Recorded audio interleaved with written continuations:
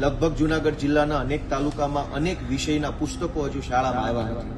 ખાસ કરીને માધ્યમિક શાળાના પુસ્તકો તો હજુ મળ્યા જ નથી. બાલવાટિકા અને ધોરણ પહેલા બીજાના પુસ્તકો પણ અનેક શાળાઓમાં અનેક તાલુકામાં આપણા જુનાગઢમાં મળ્યા નથી. એટલે મેં આજે આ મિટિંગમાં કલેક્ટરશ્રી અને શિક્ષણ વિભાગના સાહેબોને પ્રશ્ન પૂછ્યો કે સરકાર ભાર વગરનું ભણતરની વાત, તો ચોપડા જ નથી શાળામાં, 1 મહિનાથી વેકેશન ખુલી ગયું છે, તો ભણે છે કેવી રીતે? આ સિવાય એક બહુ મહત્વનો મુદ્દો કે સરકાર એમ કહે છે કે ભાર વગરનું ભણતર, પણ ભણતર પુસ્તક વગરનું થઈ ગયું છે. આજે મેં મુદ્દો ઉપાડ્યો, શિક્ષણ વિભાગના સાહેબો જે છે એ જવાબ ન આપી શક્યા. બીજો તે દિવસનો ટાંકી પાડવાની રજૂઆત કરું છું. ટાંકી બનાવવાનો મુદ્દો તો પછી આ ટાંકી તોડવા વાળો કોઈ નથી. આજે મોટી મોણપરી ગામની ટાંકી તોડવા બાબતનો મુદ્દો, એ સિવાય અન્ય ગામોમાં જે ટાંકી તોડવાની છે એનો મુદ્દો, કાલાવડ ગામની ગ્રામ પંચાયત, રાજ્યના પૂર્વ કેબિનેટ કૃષિ મંત્રીના ગામમાં ગ્રામ પંચાયત છે એ મળતી નહોતી, જેના કારણે ટાઇટલ ક્લિયર નહોતું થતું, ઉત્તરોત્તર નોંધો નહોતી મળતી, વેચાણ કરવું, ગીરો મૂકવું, લોન લેવી ઘણી તકલીફ પડતી, કોઈ નોંધ મળતી નથી. 20 વર્ષથી ખેડૂતો હેરાન થતા હતા. હું ચૂંટણી જીત્યો ત્યારે પહેલી આ ફરિયાદ મિટિંગમાં મુદ્દો રજૂ કરતા આજે 1 વર્ષના અંતે ખુશી સાથે કહી શકું કે 500 કરતા પણ વધુ મિસિંગ નોંધ, ગુમ થઈ ગયેલી નોંધ મેળવી લેવાય છે.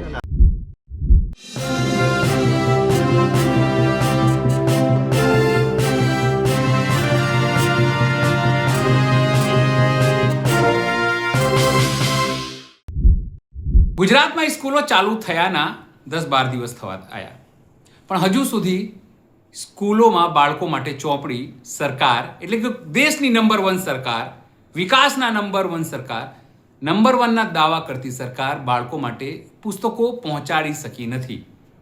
આ વાત વાલીઓ તો કહેતા જ આવ્યા છે, પણ જૂનાગઢના ફરિયાદ સમિતિની જે બેઠક હતી જિલ્લાની, એમાં વિસાવદરના ધારાસભ્ય ગોપાલ ઇટાલિયાએ પણ કરી. એ સિવાય તેમણે ગ્રામજનોની અનેક ફરિયાદો, સેટલમેન્ટ, ડાયવર્ઝન, આ તમામ બાબતો કરી. પણ મૂળ વાત કે સ્કૂલો ચાલુ થયાના સમય વીતી ગયા, પણ વગર પુસ્તકે બાળકો ભણી રહ્યા છે, તો કેવી રીતે ભણશે ગુજરાત? નમસ્કાર, હું છું ચિંતામણી પુત્રનીલ પટેલ. સ્વાગત છે આપનું મારા કાર્યક્રમમાં. આવો સાંભળીએ ગોપાલ ઇટાલિયાએ ફરિયાદ સમિતિની બેઠકમાં શું કહ્યું, કેવી રીતે પોતાની વાત મૂકી, ગ્રામજનોથી લઈને સ્કૂલોની અને બાળકોની જે વાત છે તેમણે કેવી રીતે કહી. આજે જુનાગઢ જિલ્લાના નવા આવેલા કલેક્ટરશ્રીની અધ્યક્ષતામાં જિલ્લા ફરિયાદ કમિટીની બેઠક હતી. 20 તારીખ જૂન મહિનો 2026. મેં જુનાગઢ અને વિસાવદરના ખેડૂતોને રિબેટ, જે 0% વ્યાજે લોન મળે છે, એમાં રિબેટ આપવામાં આવે છે, એ રિબેટ અનેક ગામડાઓમાં અનેક ખેડૂતોને મળ્યું નથી. 2022, 23, 24, 25 આ અનેક વર્ષોનું રિબેટ ખેડૂતોને નથી મળ્યું. તો અલગ અલગ બેંકના અધિકારીઓ સમક્ષ આ મુદ્દો ઉપસ્થિત કર્યો છે અને બેંકના અધિકારીઓએ અમને જે ગામમાં રિબેટ નથી મળ્યું એની ફાઇલ મંજૂરીમાં મોકલવાની ખાતરી આપી છે. એટલે આજે ખેડૂતોના રિબેટનો મુદ્દો લીધો છે. લગભગ જુનાગઢ જિલ્લાના અનેક તાલુકામાં અનેક વિષયના પુસ્તકો હજુ શાળામાં આવ્યા નથી. ખાસ કરીને માધ્યમિક શાળાના પુસ્તકો તો હજુ મળ્યા જ નથી. બાલવાટિકા અને ધોરણ પહેલા બીજાના પુસ્તકો પણ અનેક શાળાઓમાં અનેક તાલુકામાં આપણા જુનાગઢમાં મળ્યા નથી. એટલે મેં આજે આ મિટિંગમાં કલેક્ટરશ્રી અને શિક્ષણ વિભાગના સાહેબોને પ્રશ્ન પૂછ્યો કે સરકાર ભાર વગરનું ભણતરની વાત કરે છે, પુસ્તક વગરના ભણતરની નહીં. તો ચોપડા જ નથી શાળામાં, 1 મહિનાથી વેકેશન ખુલી ગયું છે, તો ભણે છે કેવી રીતે? શું ભણે છે, કેવી રીતે ભણે? તો આજે પુસ્તક વગરની શાળા છે એના મુદ્દા ઉપર પણ ચર્ચા થઈ છે. અમારા વિસાવદરના અલગ અલગ 14 ગામમાં, જેમાં શોભાવડલા લશ્કર છે, પિયાવા છે, મુંડિયા રાવણી, જાવલડી, જાંબુડી, માણંદિયા, દુધાળા, રાજપરા, અનેક ગામમાં, સાથણીમાં અને ભૂદાનમાં સરકારે જે જમીન આપી, એ જમીનમાં પાછલી તારીખથી અનામત જંગલ જમીનની નોંધ દાખલ થવાના કારણે ખેડૂતોને એના જમીનમાં લોન, જે કાંઈ બીજા લાભો મળતા નથી, તો એ અનામત જંગલ જમીનની નોંધ દૂર કરવા બાબતેની આજે રજૂઆત થઈ છે. હસનાપુર ગામ આઝાદી પછી હજુ સુધી સેટલમેન્ટમાં છે, અને હસનાપુર, જાંબુથાળા, શિરવાણિયા, સાદિયાવાવ, અનેક બીજા ગામ જે છે એ સેટલમેન્ટના ગામ તરીકે હજુ ગણવામાં આવ્યા છે. આ તમામ ગામોની અંદર ગ્રામ પંચાયત સ્થાપિત થાય, ગામના લોકોને એમના અધિકાર મળે, એ બાબતે સરકારમાં પણ મેં રજૂઆત કરી હતી, વિધાનસભામાં પણ કરી હતી, અને આ મિટિંગમાં પણ રજૂઆત કરતા એનો સકારાત્મક પ્રત્યુત્તર મને મળ્યો છે. જુનાગઢ ભેસાણ રોડ જે બની રહ્યો છે, એ જુનાગઢ ભેસાણ રોડમાં પણ ડાયવર્ઝન છે, ચોમાસું આવે છે તો લોકોને તકલીફ ન પડે એ બાબત માટેની આજની મિટિંગમાં ચર્ચા થઈ છે. સહકારી મંડળીનો અમારો જે મહત્વનો મુદ્દો છે એનું ખૂબ સારું સકારાત્મક પરિણામ આ મિટિંગમાં મને જોવા મળ્યું છે. છોડવડી ગામે લગભગ 10 કરતા 7-8 ખેડૂતોને નો ડ્યુ પ્રમાણપત્ર આપવામાં આવ્યું છે. વર્ષોથી ખેડૂતોના ખાતામાં પૈસા ઉપાડી લઈ બોજો નાખવામાં આવ્યો. હવે એને બોજા મુક્તિ પ્રમાણપત્ર આપવાની શરૂઆત થઈ છે. એ બદલ હું સહકારી તંત્ર જે છે એનો આભાર વ્યક્ત કરું છું. અનાજ વિતરણની બાબત છે એમાં ખૂબ ડિલે થઈ રહ્યું છે. 20 તારીખે, 22 તારીખે, 25 તારીખે ગામડામાં અનાજ આવે છે દુકાનદાર સુધી. એ ખરેખર ખોટી બાબત છે. એટલે સમયસર અનાજ ગામડામાં દુકાનદાર સુધી પહોંચે અને દુકાનદાર પણ સમયસર ગરીબો સુધી અનાજ પહોંચાડે એ બાબતની રજૂઆત પણ આજે થઈ છે. વિસાવદરના કાછિયા નાકાથી સાસણ સુધીનો જે જંગલનો રસ્તો છે એ રસ્તો રિસરફેસ કરે એટલે કે નવો બનાવવામાં આવે અને નવા બનાવવાની જ્યાં સુધી પ્રક્રિયા પૂરી ન થાય ત્યાં સુધી આ રસ્તાને વર્ષમાં 2 વખત મેન્ટેન કરવામાં આવે એ બાબતની ચર્ચા આજની મિટિંગમાં થઈ છે, જેને વન વિભાગ અને R&Bના બંને અધિકારીઓએ પોઝિટિવ નોંધ તરીકે લખ્યું છે. કાલાવડ ગ્રામ પંચાયત બનાવવા બાબતની રજૂઆત, સરસઈની આંગણવાડી બાબત અને મોટી મોણપરી, કરિયા, જામકા અને અન્ય ગામડાઓની ટાંકી તોડવા બાબતની રજૂઆતની વિષયની આજે ચર્ચા થઈ છે. અને રાવણી કુબા ગામ છે, કુબા રાવણી, એ કુબા ગામના રેવન્યુ રેકર્ડ હકપત્રક નંબર 6 નું આખું રજીસ્ટર તલાટી મંત્રીએ 2006માં ગાયબ કરી દીધું, સળગાવી દીધું કે ફાડી નાખ્યું કે જે કર્યું. એના કારણે 20 વર્ષથી ગામના લોકો જમીનના પ્રશ્ને ખૂબ હેરાન થતા હતા. આજની મિટિંગમાં એનું નિરાકરણ આવ્યું છે. જે કાંઈ પોણા 900 જેટલી નોંધો ગુમ થઈ ગઈ હતી તે પૈકીની 500 જેટલી નોંધ વિસાવદરના વહીવટીતંત્રએ, તાલુકા વહીવટીતંત્રએ શોધી કાઢી છે. એ બદલ પણ જિલ્લા વહીવટીતંત્રનો હું આભાર વ્યક્ત કરું છું.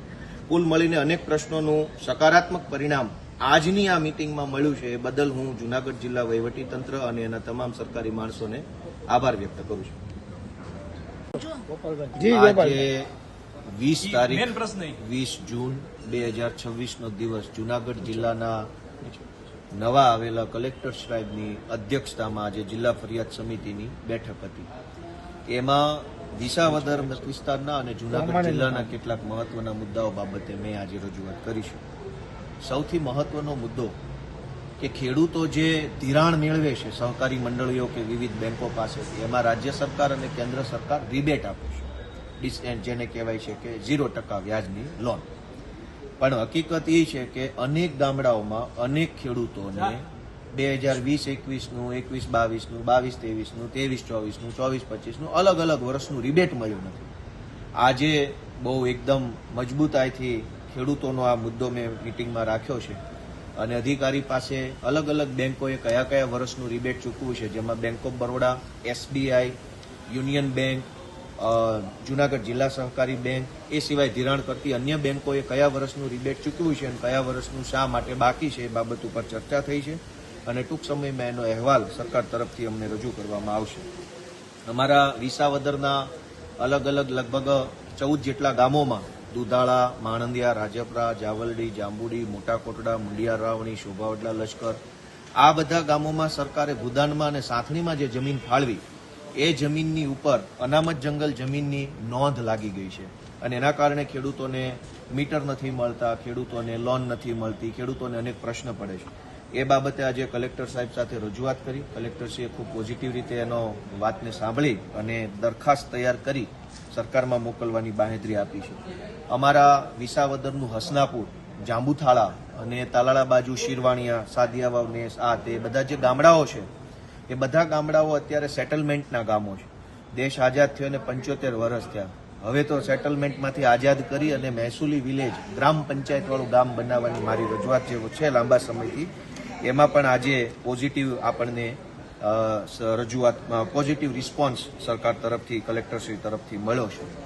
આ સિવાય જૂનાગઢ ભેસાણ રોડ લાંબા સમયથી બની રહ્યો છે, ચોમાસું માથા ઉપર છે, તો જૂનાગઢ ભેસાણ રોડ બાબતે, બિલખાથી ખંભાળિયા સુધીનો જે પટ્ટો છે એના બાબતે, બિલખાથી બેલાનો નવો રોડ બન્યો એની સાઇડ શોલ્ડર ભરવા બાબતની રજૂઆત હતી અને બગડુ ગામે દીપડા દરવાજા પાસે નદી ઉપર જે બ્રિજ બને છે એનો એપ્રોચ, માટીનો એપ્રોચ બનાવવાની જે રજૂઆત હતી એ અલગ અલગ રજૂઆતો પણ આજે R&Bના અધિકારી સાથે ચર્ચા થઈ અને એમાંથી ઘણા બધા કામો જે છે એ પૂર્ણતા તરફ આગળ વધી રહ્યા છે.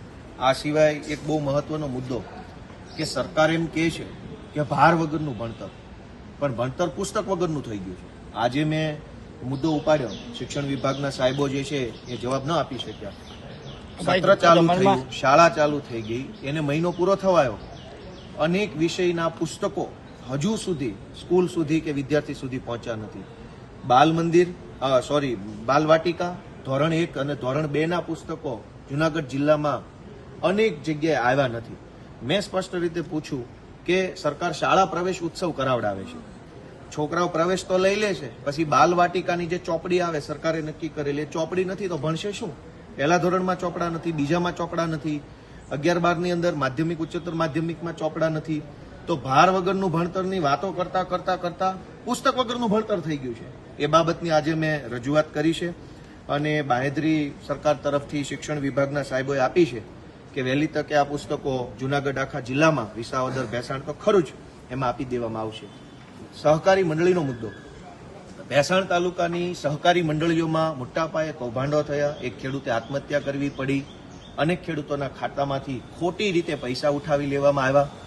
લાંબા સમયની લડતને આજે એક થોડુંક સારું પરિણામ મળ્યું છે કે છોડવડી ગામે અલગ અલગ લગભગ 7-8 જેટલા ખેડૂતોને ના વાંધા પ્રમાણપત્ર નો ડ્યુ પ્રમાણપત્ર, કોઈ લેણું બાકી નથી એવા પ્રમાણપત્ર આપવાની શરૂઆત થઈ છે એવું જિલ્લા રજિસ્ટ્રાર સહકારી મંડળીએ આજે જણાવ્યું છે.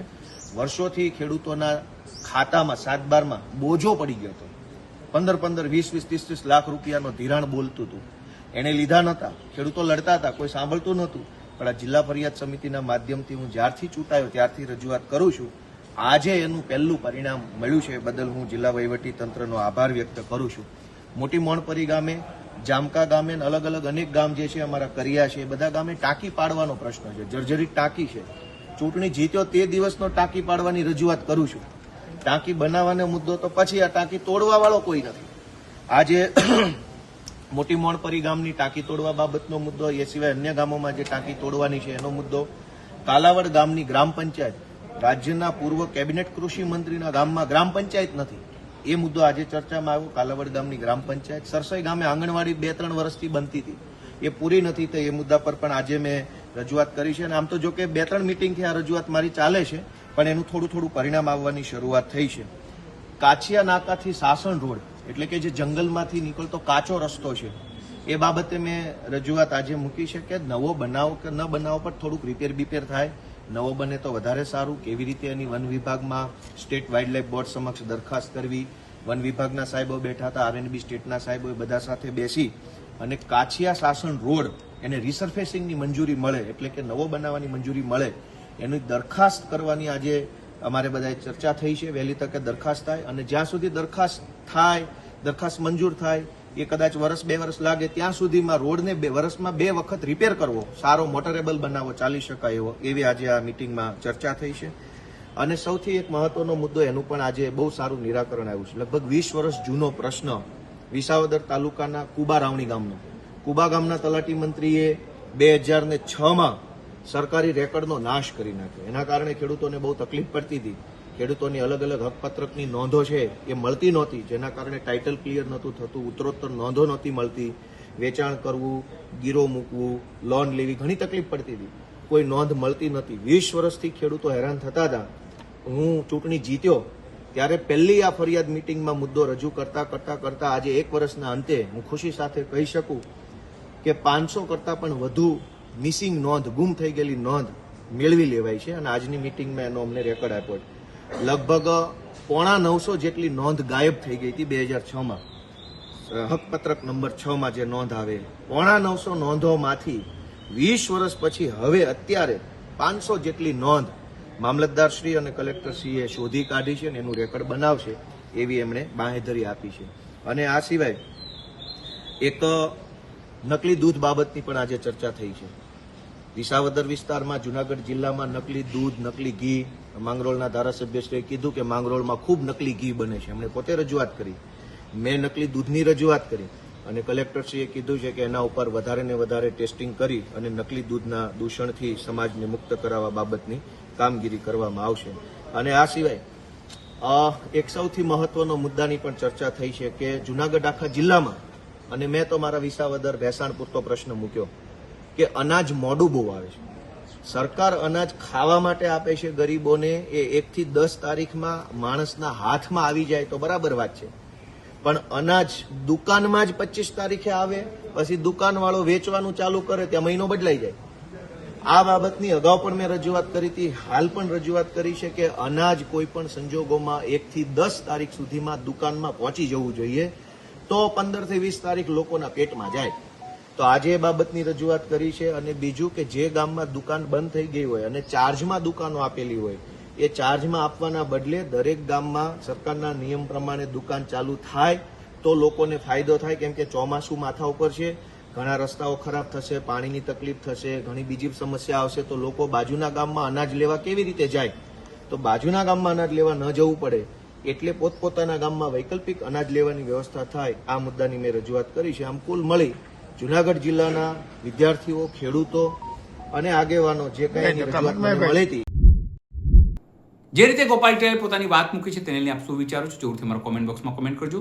એ સિવાય અમારી યુટ્યુબ ચેનલ લાઈક કરો, સબસ્ક્રાઇબ કરો, બેલ આઇકન દબાવો, સાથે મારા ઇન્સ્ટા પેજ અને ફેસબુક પેજને પણ લાઈક કરો અને ફોલો કરો. અત્યારે માટે બસ આટલું જ. નમસ્કાર.